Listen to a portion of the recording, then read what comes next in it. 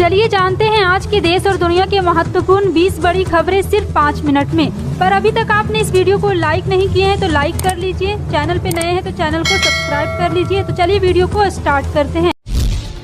बेलगावी की 18 सीटों पर कांग्रेस भाजपा में कड़ा मुकाबला, एमआईएस बिगाड़ सकती है खेल। पूरी जानकारी आपको विस्तार से देंगे, वीडियो को अंत तक जरूर देखें। बता दें कि बेंगलुरु शहर के बाद कर्नाटक में सर्वाधिक विधानसभा सीट वाले बेलगावी जिले में स्थानीय मुद्दों की अपेक्षा लिंगायत राजनीति छाए रहने के कारण भारतीय जनता पार्टी और कांग्रेस के बीच कड़ा मुकाबला होने के आसार हैं। लेकिन सीमा संबंधी मुद्दों को उठाने की कोशिश कर रही महाराष्ट्र एकीकरण समिति यानी कि एमआईएस कुछ सीटों पर इन दोनों दलों को खेल बिगाड़ सकती है। और साथ ही साथ आपको बता दें, सीमावर्ती बेलगावी जिले में 18 विधानसभा क्षेत्र यह जिला लिंगायत समुदाय का मजबूत गढ़ है और पिछले 2 दशक से भाजपा गढ़ रहा है। पिछले 3 चुनाव की तरह ही अधिकतर विधानसभा क्षेत्रों में भाजपा कांग्रेस के बीच सीधा मुकाबला होने की संभावना है। केवल 5 सीट पर शिवसेना राष्ट्रवादी कांग्रेस पार्टी समर्थित एमआईएस उन्हें नुकसान पहुंचा सकती है और इन सीट पर एमआईएस ने स्थानीय उम्मीदवार को खड़ा किया है। एमआईएस बेलगावी और अन्य मराठी भाषी इलाकों में महाराष्ट्र में शामिल किए जाने की मुखर समर्थक है।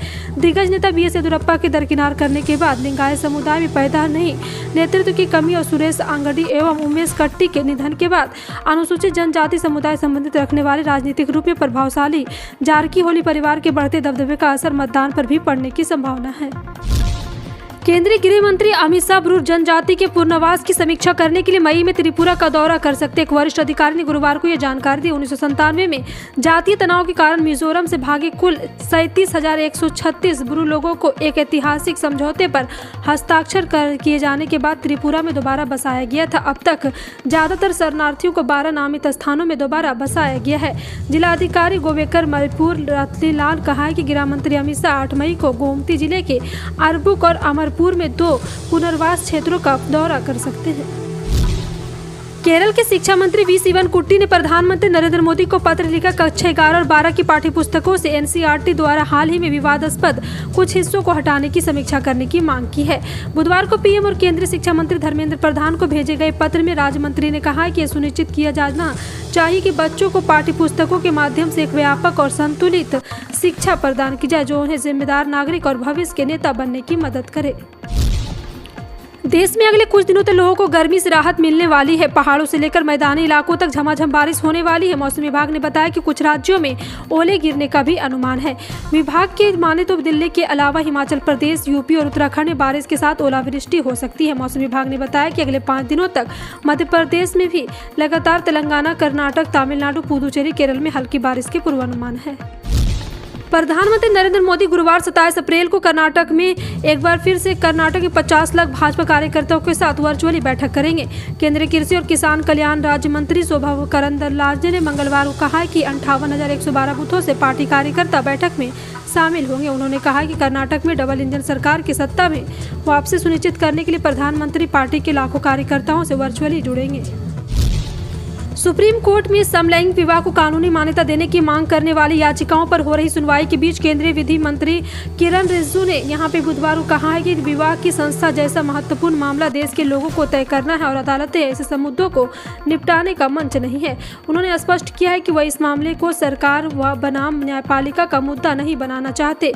एक टीवी चैनल के कॉन्क्लेव में कानून मंत्री ने एक सवाल के जवाब में कहा, केंद्र सरकार ने साफ किया है कि कोई भी राज्य बिजली उत्पादन पर टैक्स नहीं लगा सकता क्योंकि उसे इस तरह का कोई अधिकार नहीं किया गया है। बिजली मंत्रालय ने पनबिजली परियोजनाओं पर टैक्स लगाने के कुछ राज्यों के कदम को पूरी तरह असंवैधानिक व गैर कानूनी करार देते हुए उसे तत्काल खत्म करने का भी निर्देश दिया है। इस बारे में केंद्रीय बिजली मंत्रालय ने निदेशक के तरफ से मंगलवार को सभी राज्यों के सचिवों को पत्र लिखा गया है। केंद्रीय स्वास्थ्य मंत्रालय की ओर से गुरुवार को जारी किए गए आंकड़ों के मुताबिक भारत ने पिछले 24 घंटे कोरोना के 9,355 नए मामले दर्ज किए हैं। वहीं 26 नई मौतों के बाद देश में अब तक कोविड से जान गंवाने वालों की संख्या बढ़कर 5,31,424 हो गई है। हालांकि आज मामले बीते दिन से कम सामने आए हैं। बीते दिन बुधवार को देश में कोरोना के 9,629 मामले सामने आए थे। 29 लोगों की कोरोना से मौत भी हो गई थी।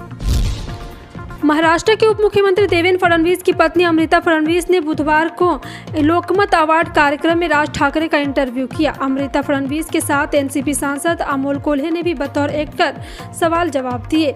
अमृता ने राज ठाकरे को तीखा सवाल करते हुए पूछा कि अगर शिवसेना का नेतृत्व राज ठाकरे के हाथे होती तो इतनी दुर्दशा नहीं होती, जिसके जवाब में राज ठाकरे ने कहा, मैं पुरानी बातें सभी भूल चुका हूँ। आपका पूछा सवाल हाइपोथेटिकल है, मैं इसका जवाब क्यों दूँ। रिजल्ट जारी करने को लेकर लगभग सभी तैयारियां बोर्ड ने पूरी कर ली है और 2 दिन में रिजल्ट जारी किया जाएगा। रिजल्ट आधिकारिक वेबसाइट mp-result.nic.in पर घोषित किए जाएंगे। हालांकि रिजल्ट को लेकर अभी तक किसी भी निर्धारित तारीख का ऐलान नहीं किया गया है, लेकिन मीडिया रिपोर्ट में दावा किया जा रहा है कि रिजल्ट 29 अप्रैल को घोषित कर दिया जाएगा। फिलहाल आपका इन सभी खबरों पर क्या कहना है, कमेंट सेक्शन में टाइप करके जरूर बताएं। इसी तरह की पल पल की अपडेट जानने के लिए जुड़े रहें आप अपने NTS न्यूज़ चैनल से। मिलते हैं अगली बड़ी खबर में, तब तक के लिए जय हिंद।